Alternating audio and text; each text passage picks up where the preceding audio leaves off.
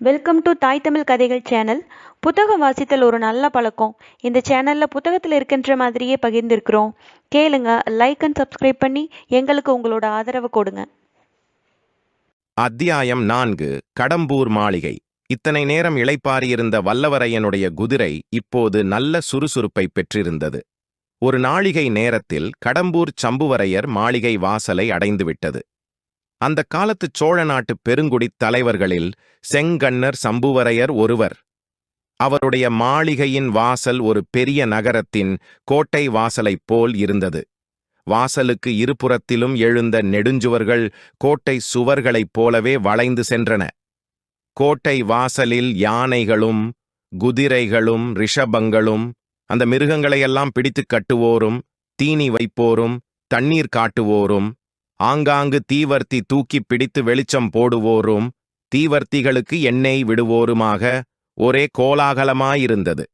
இதையெல்லாம் பார்த்த வல்லவரையனின் உள்ளத்தில் சிறிது தயக்கமும் துணுக்கமும் ஏற்பட்டன. ஏதோ இங்கே பெரிய விசேஷம் ஒன்று நடைபெறுகிறது, இந்தச் சமயத்தில் நாம் வந்து சேர்ந்தோமே என்று எண்ணினான். நடக்கும் விசேஷம் என்னவென்பதை பார்த்துத் தெரிந்து கொள்ளும் ஆவலும் ஒரு பக்கம் பொங்கிக் கொண்டிருந்தது. கோட்டைவாசற் கதவுகள் திறந்துதான் இருந்தன. ஆனால் திறந்திருந்த வாசலில் வேல் பிடித்த வீரர்கள் சிலர் நின்று கொண்டிருந்தார்கள். அவர்களை பார்த்தால் யமகிங்கரர்களைப் போலிருந்தது. தயங்கி நின்றால் தன்னை அவர்கள் நிறுத்திவிடுவார்கள் என்றும் தைரியமாக குதிரையை விட்டுக்கொண்டு உள்ளே போவதுதான் உசிதம் என்றும் அந்த வீர வாலிபன் எண்ணினான். அந்த எண்ணத்தை உடனே காரியத்தில் நிறைவேற்றினான். ஆனால் என்ன ஏமாற்றம்! குதிரைக்கோட்டை வாசலை அணுகியதும் வேல் பிடித்த வீரர்கள் இருவர் தங்கள் வேல்களை குறுக்கே நிறுத்தி வழிமறித்தார்கள். இன்னும் 4 பேர் வந்து குதிரையின் தலைக்கயிற்றை பிடித்துக் கொண்டார்கள். அவர்களில் ஒருவன் வந்தியத்தேவனை உற்றுப் பார்த்தான். இன்னொருவன் தீவர்த்தி கொண்டு வந்து உயரத் தூக்கி முகத்துக்கு நேரே பிடித்தான். வல்லவரையன் முகத்தில் கோபம் கொதிக்க, இதுதான் உங்கள் ஊர் வழக்கமா? வந்த விருந்தாளிகளை வாசலிலேயே தடுத்து நிறுத்துவது என்றான். நீ யார் தம்பி, இவ்வளவு துடுக்காக பேசுகிறாய்? எந்த ஊர் என்றான் வாசற்காவலன். என் ஊரும் பேருமா கேட்கிறாய்? வானகப்பாடி நாட்டுத் திருவல்லம் என் ஊர். என்னுடைய குலத்து முன்னோர்களின் பெயர்களை ஒரு காலத்தில் உங்கள் நாட்டு வீரர்கள் தங்கள் மார்பில் எழுதிக் கொண்டு பெருமையடைந்தார்கள். என் பெயர் வல்லவரையன் வந்தியத்தேவன். தெரிந்ததா என்றான். இவ்வளவையும் சொல்வதற்கு ஒரு கட்டியக்காரனையும் கூட அழைத்து வருவதுதானே என்றான் காவலர்களில் ஒருவன். இதைக் கேட்ட மற்றவர்கள் சிரித்தார்கள். நீ யாராயிருந்தாலும் இனி உள்ளே போக முடியாது. இன்றைக்கு வரவேண்டிய விருந்தாளிகள் எல்லாம் வந்தாகிவிட்டது. இனிமேல் யாரையும் விட வேண்டாம் என்று எஜமானின் கட்டளை என்றான் காவலர் தலைவன். ஏதோ வாக்குவாதம் நடக்கிறதைப் பார்த்து கோட்டைக்குள்ளே சற்று தூரத்தில் நின்ற சில வீரர்கள் அருகில் வந்தார்கள். அவர்களில் ஒருவன், அடே, நாம் அங்கே திருவிழாக் கூட்டத்தில் விரட்டியடித்தோமே, அந்த குருதை போல இருக்கிறதடா என்றான். இன்னொருவன், கழுதை என்று சொல்லடா என்றான். கழுதை மேல் உட்கார்ந்திருக்கிறவன் என்ன விரைப்பாக உட்கார்ந்திருக்கிறான் பாரடா என்றான் மற்றொருவன். வல்லவரையன் காதில் இந்தச் சொற்கள் விழுந்தன. அவன் மனதிற்குள், என்னத்திற்கு வீண் வம்பு? திரும்பிப் போய்விடலாமா? அல்லது இளவரசர் ஆதித்த கரிகாலரின் முத்திரை பதித்த லட்சினையை இவர்களிடம் காட்டிவிட்டு உள்ளே போகலாமா என்ற யோசனை தோன்றியிருந்தது. வடதிசை படையின் மாதண்ட நாயகராகிய இளவரசரின் லட்சினையை பார்த்துவிட்டு தன்னை தடுக்கக்கூடியவர்கள் வடபெண்ணையிலிருந்து குமரிமுனை வரையில் யாரும் கிடையாதல்லவா? இப்படி அவன் மனத்திற்குள் விவாதித்துக் கொண்டிருந்த போதுதான் பழுவேட்டரையர் ஆட்களின் கேலிப் பேச்சு அவன் காதில் விழுந்தது. உடனே என்ன செய்ய வேண்டும் என்பதை முடிவு செய்து கொண்டான்.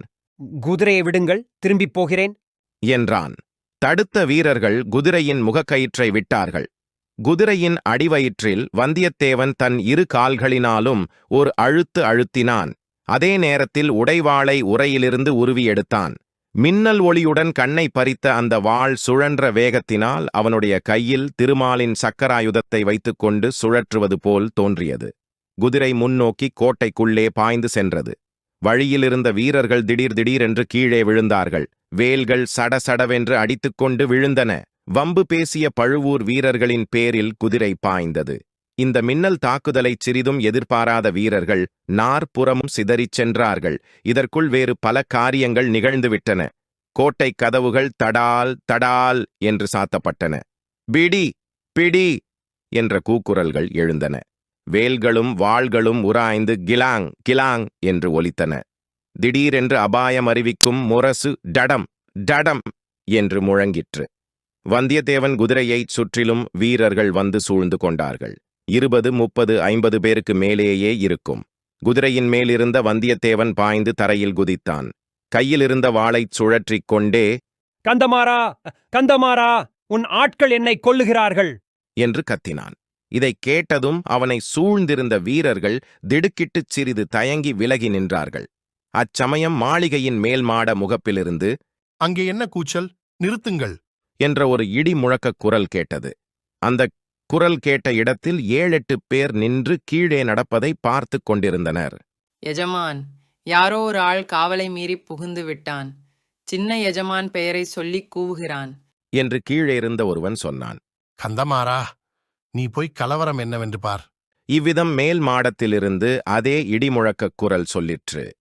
அந்தக் குரலுக்கு உடையவர்தான் செங்கண்ணர் சம்புவரையர் போலும் என்று வந்தியத்தேவன் எண்ணினான். அவனும் அவனை சுற்றி நின்ற வீரர்களும் சிறிது நேரம் அப்படியே நின்று கொண்டிருந்தார்கள். இங்கே என்ன ஆர்ப்பாட்டம் என்ற ஒரு இளங்குரல் கேட்டது. அந்த குரல் கேட்ட இடத்தில் நின்றவர்கள் விலகிக் கொண்டு வழி ஏற்படுத்தினார்கள். வாலிபன் ஒருவன் அந்த வழியாக விரைந்து வந்தான். கையில் பிடித்த கத்தியை இலேசாகச் சுழற்றிக் கொண்டு சூரசம்ஹாரம் செய்த சுப்பிரமணியரைப் போல நின்ற வந்தியத்தேவனை ஒரு கணம் வியப்புடன் நோக்கினான். வல்லவா, என் அருமை நண்பா, உண்மையாகவே நீதானா என்று உணர்ச்சி ததும்பக் கூவிக்கொண்டு ஓடிச் சென்று வல்லவரையனை அந்த இளைஞன் கட்டித் தழுவிக் கொண்டான். கந்தமாறா, நீ படித்து படித்து பல தடவை சொன்னாயே என்று உன் வீட்டுக்கு வந்தேன்.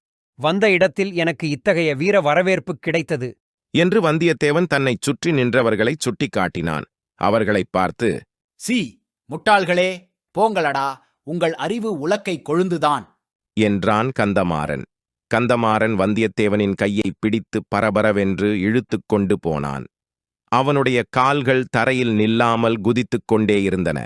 அவனுடைய உள்ளமும் துள்ளிக் குதித்தது. இளவன பிராயத்தில் உண்மையாக உள்ளம் ஒன்றுபட்ட ஒரு நண்பன் கிடைத்தால் அதைக் காட்டிலும் ஒருவனை பரவசப்படுத்தக்கூடியது வேறு என்ன உண்டு? ஆம், காதல் என்பது ஒன்று இருக்கத்தான் செய்கிறது. ஆனால் காதலில் இன்பமும் குதூகலமும் எத்தனை உண்டோ அதைவிட அதிகமான துன்பமும் வேதனையும் உண்டு. இளவனத்துச் சிநேக குதூகலத்திலோ துன்பத்தின் நிழல் கூட விழுவதில்லை. ஒரே ஆனந்தமயமான இதய பரவசந்தான். போகிற போக்கில் வல்லவரையன், கந்தமாறா, இன்றைக்கு என்ன இங்கே ஏகதடபுடலாயிருக்கிறது? இவ்வளவு கட்டுக்காவல் எல்லாம் எதற்காக என்றான். இன்றைக்கு இங்கே என்ன விசேஷம் என்பதை பற்றி அப்புறம் விவரமாக சொல்கிறேன்.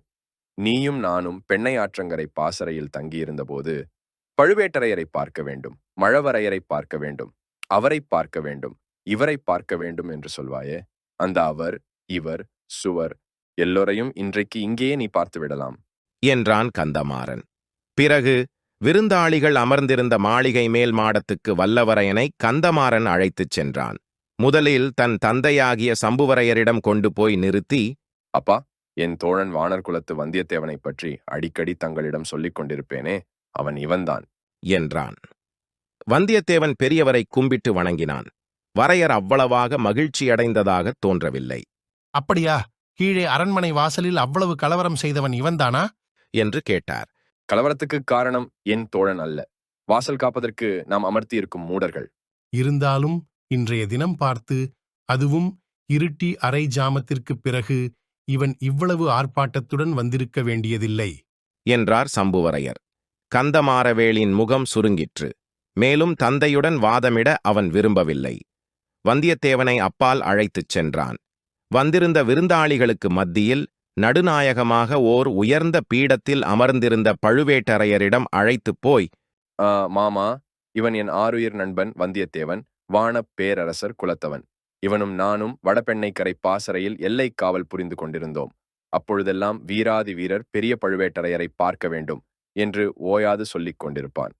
பழுவேட்டரையர் திருமேனியில் 64 போர் காயங்கள் இருப்பது உண்மைதானா என்று கேட்டுக்கொண்டிருப்பான். ஒரு நாள் நீயே எண்ணி பார்த்துக்கொள் என்று நான் சொல்லுவேன் என்றான். பழுவேட்டரையர் சுருங்கிய முகத்துடன், அப்படியா தம்பி? நீயே எண்ணிப் பார்த்தால் ஒழிய நம்ப மாட்டாயோ? அவ்வளவு அவநம்பிக்கையா உனக்கு? வானர் குலத்தைக் காட்டிலும் வேறு குலத்தில் வீரம் இருக்க முடியுமா என்ற சந்தேகமோ? என்றார். தோழர்கள் இருவருமே திடுக்கிட்டுப் போனார்கள். தோத்திரமாகச் சொன்னதை இப்படி இவர் குதர்க்கமாக எடுத்துக்கொள்வார் என்று எதிர்பார்க்கவில்லை. வந்தியத்தேவனுடைய மனத்தில் எரிச்சல் குமுறியது. ஆயினும் வெளியில் காட்டிக் கொள்ளாமல், ஐயா, பழுவேட்டரையர் குலத்தின் வீரப்புகழ் குமரி முனையிலிருந்து இமயம் வரையில் பரவியிருக்கிறது. அதைப் பற்றி சந்தேகிப்பதற்கு நான் யார் என்று பணிவுடன் சொன்னான். நல்ல மறுமொழி, கெட்டிக்கார பிள்ளை என்றார் பழுவேட்டரையர். இந்த மட்டில் பிழைத்தோம் என்று வாலிபர்கள் இருவரும் அங்கிருந்து வெளியேறினார்கள். அப்போது சம்புவரையர் தமது மகனை அழைத்து காதோடு, உன் தோழனுக்குச் சீக்கிரம் உணவு அளித்து எங்கேயாவது ஒரு தனி இடத்தில் படுக்கச் சொல்லு. நீண்ட பிரயாணம் செய்து களைத்துப் போயிருக்கிறான் என்றார். மாரவேள் கோபத்துடன் தலையை அசைத்துவிட்டுப் போனான். பிறகு மாரவேள் வந்தியத்தேவனை அந்தப்புரத்துக்கு அழைத்து சென்றான். அங்கே பெண்கள் பலர் இருந்தார்கள்.